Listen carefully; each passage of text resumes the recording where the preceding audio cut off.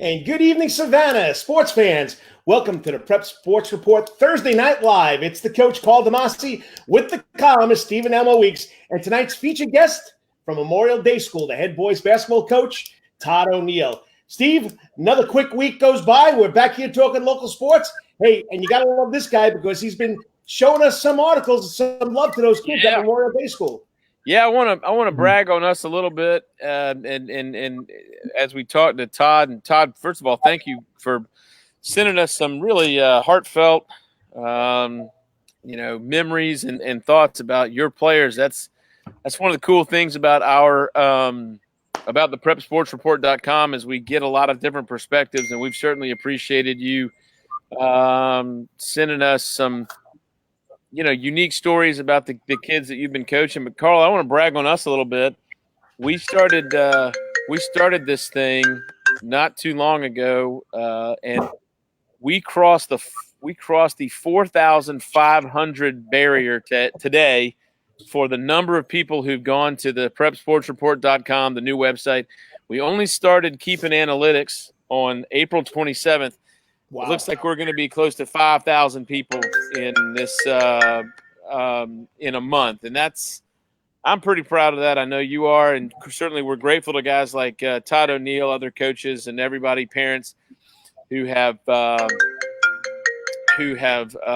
helped us build that content. It's been a great experience. Well, Steve, when I was doing this, I felt that it needed to be revamped. It needed a new website. You and your guys, your team over there at Save Solutions, great job revamping it. And you got to love people in Savannah, loving their prep sports, loving local sports, and that's what it's all about. So, and that's what Todd O'Neill's all about. So, Todd, tell us a little about Todd O'Neill and let people know. Last time Calvary won a championship basketball, you were there. I went to Calvary in 1988, and that is the last state championship in basketball that they won. We had a great team. We had 5 seniors started that year. All were 6'1", 6'2", or better. And the great part is I've still got great relationships with most of those guys today. We just had our 30th reunion last year and met at the Fitzroy downtown and ate. And, one of the Calvary guys said, it still looks like you guys could get out and play. And, I don't think any of us could play very well now, but it was fun just seeing the guys that you do something special with. So, it's interesting. I found out, Todd, you and I missed playing against each other by 1 year because the next year Calvary played I was at Savannah Country Day. We started playing Calvary in regular season play, and I played against Charlie Hollinsworth and Spencer Thomas and Chris. What was that boy's name? Chris Wallace, and all those guys, and actually got to be friends with several of those guys. Basically, once we got to know each other through basketball, so we missed each other by this much. I'm a little older than you. Yeah, I guess that's what it was. But Karl, I'm gonna brag on Todd a little bit. So my niece Haley Watson went over to Memorial Day School for her senior year, and number one, discovered a wonderful culture that's incredibly supportive, really close knit school, where the coaches, the teachers, the students, they really have just tremendous relationships. But I'm going to tell you what else they had this year is one heck of a boys basketball team.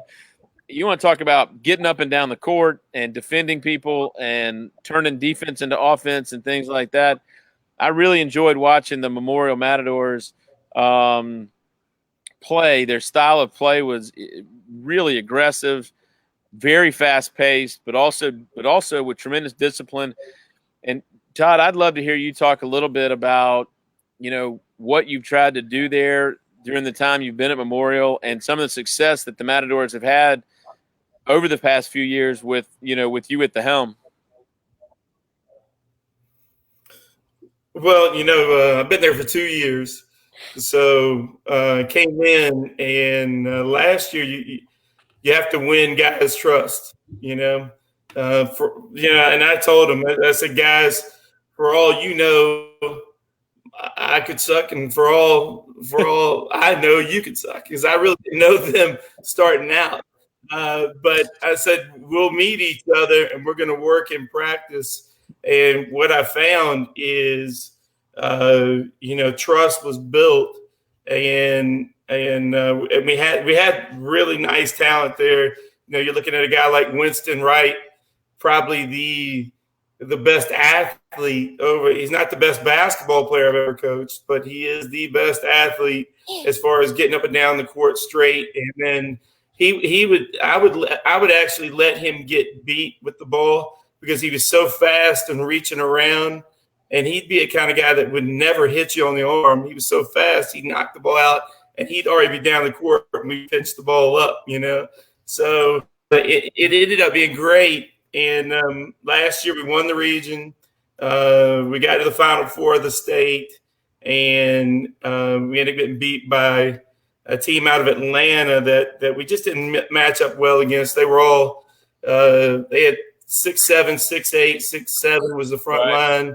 My front line was 6'1", 6'2", 6'1". So we really had to switch up some stuff and push the basketball there. And I don't know if you guys know this about the Memorial Court. It is not regulation.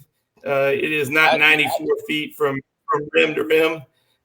So what we do is we speed that game up to where we shorten the court, speed the game up, and we want it to be in the 90s because I don't have a 6'9" guy that we can go to and pound the ball inside every time. But we will outrun you.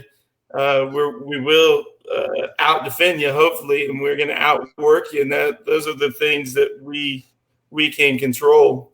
That's the thing. The thing is this, okay? We build everything on a Kaizen culture. I don't know if you guys know the word Kaizen. It just means constant daily improvement. And we say every time we go into practice, we want to get 1% better. And the only way we're going to do that is if we give a perfect effort and a perfect attitude, and we have high accountability. There's been a lot of the seniors that graduated that I wrote nice stuff about. A lot of those guys I threw out of practice multiple times for just not being prepared to come there ready to practice. Because you never can. You guys know this. I mean, you guys are coaches. You never can outplay your practices. That's right. I love these guys. Man, I'm a gamer. I come around and no. I want a practice player first. I want a guy to show me on the court what he can do, and then I'll trust you enough to run something for you during the game. So we've had great success with that, and it all, you guys know this, it all stems off relationships and trust. Because if they don't trust you, they're not going to work for you. They're not. You get them on the line and you say, run that extra sprint. You do that extra play. We do a lot of frozen push-ups. If I can't get their attention or they shoot when I'm talking, I'll get them down in a frozen push-up where they're holding themselves, and they won't do it if they don't trust you. And they won't give you their best. And I agree with that. What we try to do. Like you said, Coach, there's three things, okay? Coaching now, take it from an old timer. You used to walk in the gym, you were called coach, you got respect. Now you have to earn that respect. Just because your name is Coach Karl DeMasi, Coach Stephen Weeks, or Coach Todd O'Neill, you got to earn that kid's respect.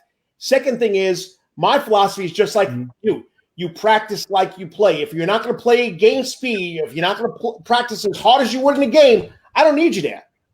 I don't need you there. And you're not just accountable for yourself. You're accountable for the other guys that are wearing the same shirt with the same name on the front, not the back. You got to be accountable to them, and that's what it's all about. And I'm telling you right now, I've watched it over the last 2 years. I know I've watched their heartbreaker against St. Andrews this year, but those kids will run through the wall for you, Coach. You've done a great job. Same thing. Karl, I saw the same thing, and it's funny. So I coached my son's 5th grade team this year, and because our school, Blessed Sacrament, didn't always have enough gym time. Todd and Mark Sussman at Memorial were nice enough to let us get in there sometimes and use their floor. And a lot of times we'd come in just as Todd's team was finishing. And, man, watching that, I learned a lot as trying to instill a word that Todd used, accountability. Yep. Take responsibility for what you're doing. Take it. Even as 10, 11-year-old kids, I'm trying to drill into the same things.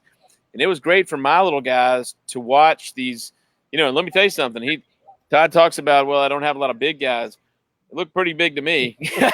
they were bigger than my little 10, 11-year-olds. And they were watching these guys, run full speed in practice. They were going as hard as they could go in every drill. And when they would walk off the floor, I'd say, all right, those guys are 16-1 right now. You want to get to that level, you got to play just as hard as them. So that's one of the things. One of the things I want to ask you about, though, Todd, is for a very small school, Memorial has an incredible concentration of athletic talent. I mean, you're sending football players to West Virginia. There's, 2 or 3 guys going to Savannah State to play football. You've got basketball. I mean, you've got basketball talent. I don't know if he was a freshman or a sophomore point guard on your basketball team. Your gym's going to be filled with scouts watching that young fella. How are y'all developing this talent and continuing to bring in, for such a small school, continuing to bring in and cultivate this, this kind of talent base? Well, obviously it's not facilities, because our facilities are nice, and I love it. I don't want to be anywhere else but the Matadome. And this summer, that's where I'm going to be all summer, and it's going to be hot. There's no air conditioning, but I think that's where, me as a player, that's where I got better. I went there with Foy Balance when he was the coach, right? And Foy would open up that gym anytime. And I remember going in with him and Ken Littlefield and playing Sundays for 4 or 5 hours. We would go right after school. He would do whatever we wanted to, and we were at Calvary, and he was doing that. But right. I think what it is kids are attracted to people who want the best out of I heard a coach once say, you got to have someone outside your mom and dad that expect greatness from you. And, I love that. And hopefully I'm that guy for all of our players, because my expectations for them are not, we walk into practice. It's not just, you give me what you can. It's you give me all you can, and what you have is guys that they walk away and they're not only better basketball players, but they're better people. They're better citizens. They're going to be better fathers. They're going to be better brothers. They're better all the way around, because there's no way. I don't think any great coach is just one part of it, just the body part of it. Come in, we work them really hard with our body, and then we leave. And we don't build anything, but you gotta work all three: body, mind, and soul. And I think kids can tell how much you care about them, outside of just basketball or outside of just football. So I think our athletes get in, and what they experience is a lot more. They get in and they go, wow, man, the coach cares for me as a human being. We have weekly meetings where we sit down with the player, and it's just like, hey, just tell me how your week's going. I don't want to know don't tell me I know how you're playing. I know if you're in a shooting slump. I know something's happening. Tell me, are you having problems with your girlfriend? Or are you struggling in a class? Are you what's going on with you? How are your parents? Things like that. And for them to see that level of care, and we're small, so we can do that. And that's I think that's one of the greatest part about it is because I don't know how you would do it if you coached, 50 kids, or you're in a 6A school. I don't know how that happened. I think you lose something there as far as a caring coach. And then also, the GISA doesn't have all these hamstrung rules like the GHSA will. You get with them, you have a live period for 2 weeks during the summer or whatever, right? So you go take them to team camps, you work them hard, and then all of a sudden it's dead, right? And then you don't get to see them again until October. And that's tough. That you're not going to build relationships that way. And you're not. So I think everything revolves back to that relationship, and they see we expect the best from you. Not only that, that's all we're going to accept.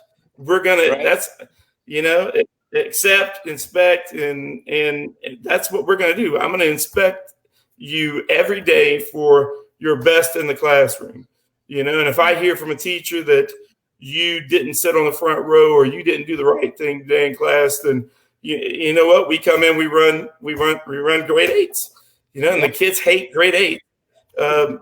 I hate doing it because I think it's a waste of time at times, but you know what? It speaks to them. Then you got the whole team holding him accountable. They're like, come on, man, be on that front row. Come on, listen. Don't be jacking around during class. I tell you what, if you want to see how much Coach O'Neill cares about these kids, I would encourage everybody who's watching, go to the prepsportsreport.com, look up the memorial page, and find the stories that Coach O'Neill wrote. They're beautiful. I mean, it is a relationship. You can tell that it's a relationship. It's not just average 21 points and led us to a championship or whatever. There's a lot of personal details in there that you can't know unless you're really like you're meeting with them every week and you're knowing what's going on in their life. And I thought, like I said, I mean, on a personal level, I enjoyed watching y'all's practices just to see how much the kids were working for each other. That's what I was striving for as a coach. Karl, I as a reporter, I covered your teams, dozens of times and saw the same thing, back in the days when you were at Groves, and maybe not as much talent as the other teams, but nobody was going to outwork you, and I think that's what we're trying to celebrate, right? We're trying to celebrate this, making memories for the rest of your life through the camaraderie and through the experiences you have together. And let's face it, you only play a certain amount of games.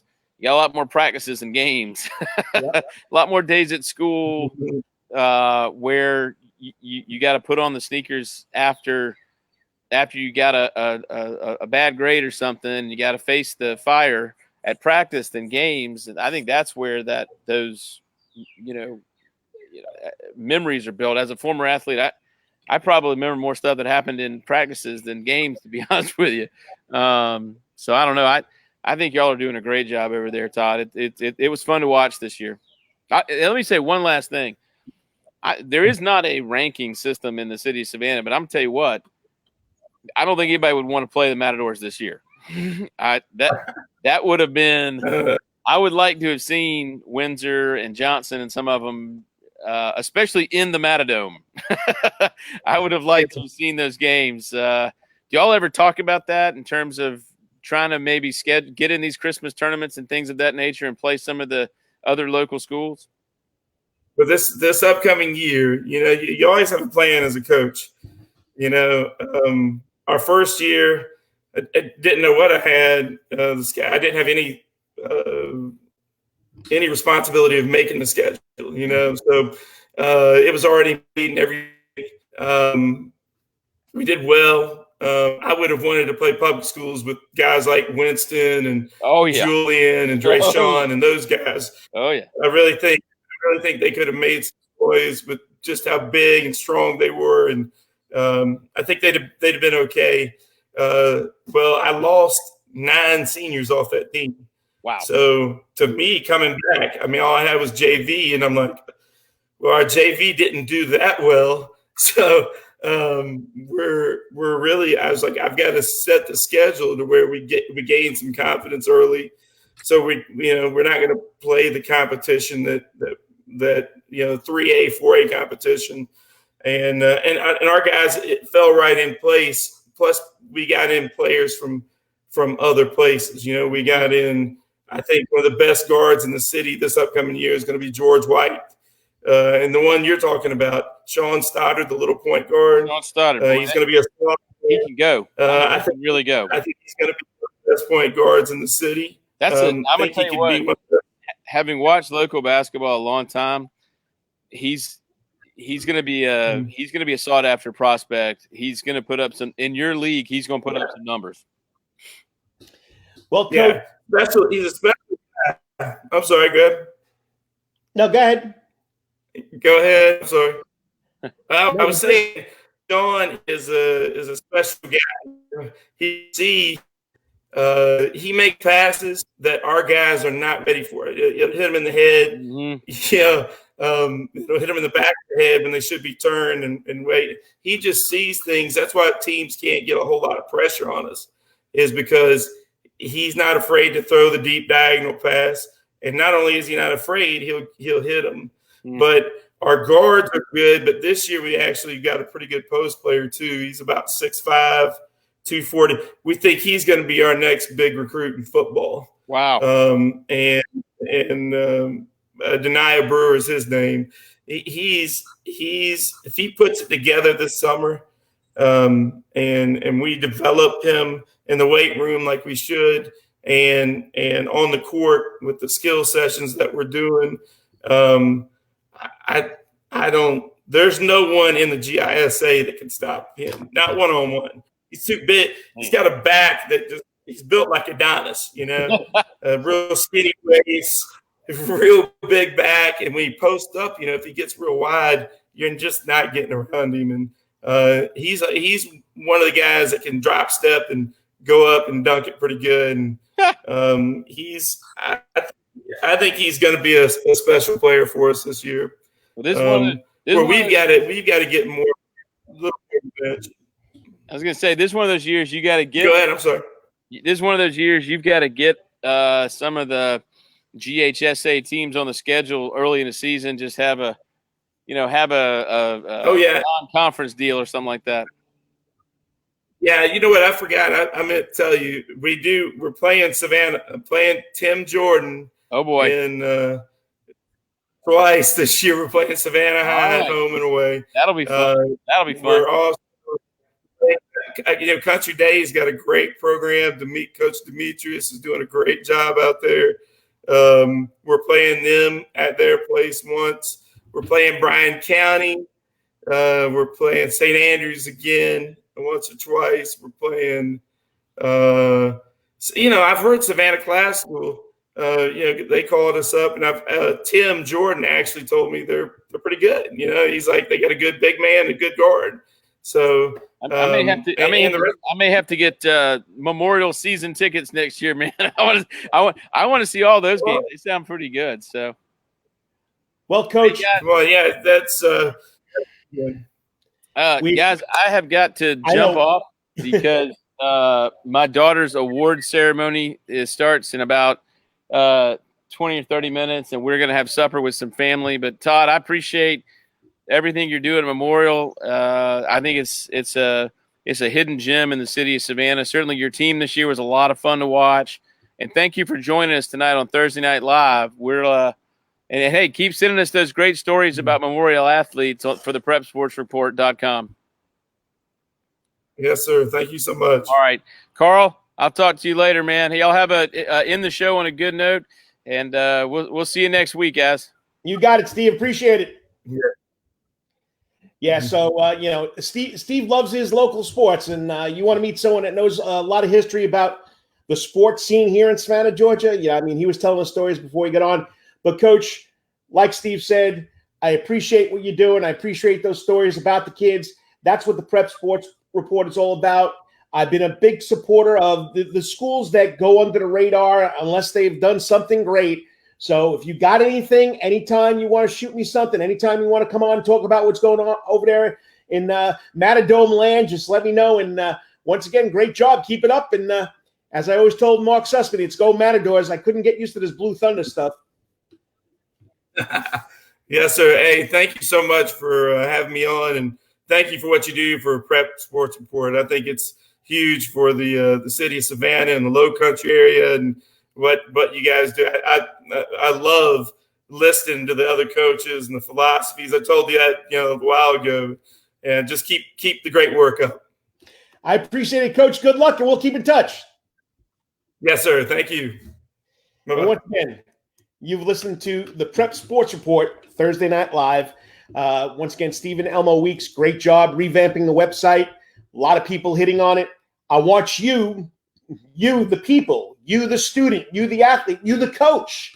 Please get me the information, okay? I'm more than happy to sit down. Tell me what you want me to talk about. Tell me what you want me to write about. This is about getting more info, more public relations out there for our kids that really go under the radar. For the seniors, I'm still taking senior spotlights. You got a name. Hey, it's Karl DeMasi at gmail.com. You got the Karl DeMasi Sports Report Facebook page. You got the Prep Sports Report Facebook page. You got KD Sports Report on Twitter. You got Prep SAV on Twitter. I'm even on YouTube. Hey, go check out the Karl DeMasi Sports Report YouTube channel. I got the Prep Sports Report on there, all the shows we've done there. I want to get the news out about our kids. I want to highlight our kids, whether it's in paper, on the website, in a video. Let's shout it out. And like I said, Stephen Elmo Weeks has done a great job helping me revamp that website, and it's really picking up a lot of momentum. To Coach Todd O'Neill, thanks for coming on. You've done a great job and you're still doing a great job over there at Memorial Day School. And you can tell those kids are well coached, well cared for, and they got a lot of respect for you, Coach, and your articles were appreciated. Well, until next week, next Thursday night for the Prep Sports Report Thursday Night Live, this is the Coach Karl DeMasi. May it be best week ever. Don't forget, Saturday morning, 9 o'clock till about 10:30, the Karl DeMasi Sports Report out of the Sound Garden with, of course, the Coach and AD, Chad Griffin. Great show. We're going to be talking a little Savannah Gaelic Athletic Association. I'll be going out to Forsyth Park right now to try some hurling. Then we'll have the 4 Savannah Christian young men that signed last week. It's going to be the first time we'll have 4 athletes on at one time. Coach Chad Griffin and I will be interviewing him. And then we're going to talk a little Georgia Southern football. That's right. The man himself, Chad Lunsford's coming on. Hey, NCAA football June 1st. If you didn't follow it, Georgia High School, June 8th. The kids are going to be allowed to go back to participate and get in condition. Once again, thanks for joining in, and I'll talk to you on Saturday. Then, of course, next week on the Prep Sports Report Thursday Night Live with the columnist, Stephen Elmo Weeks.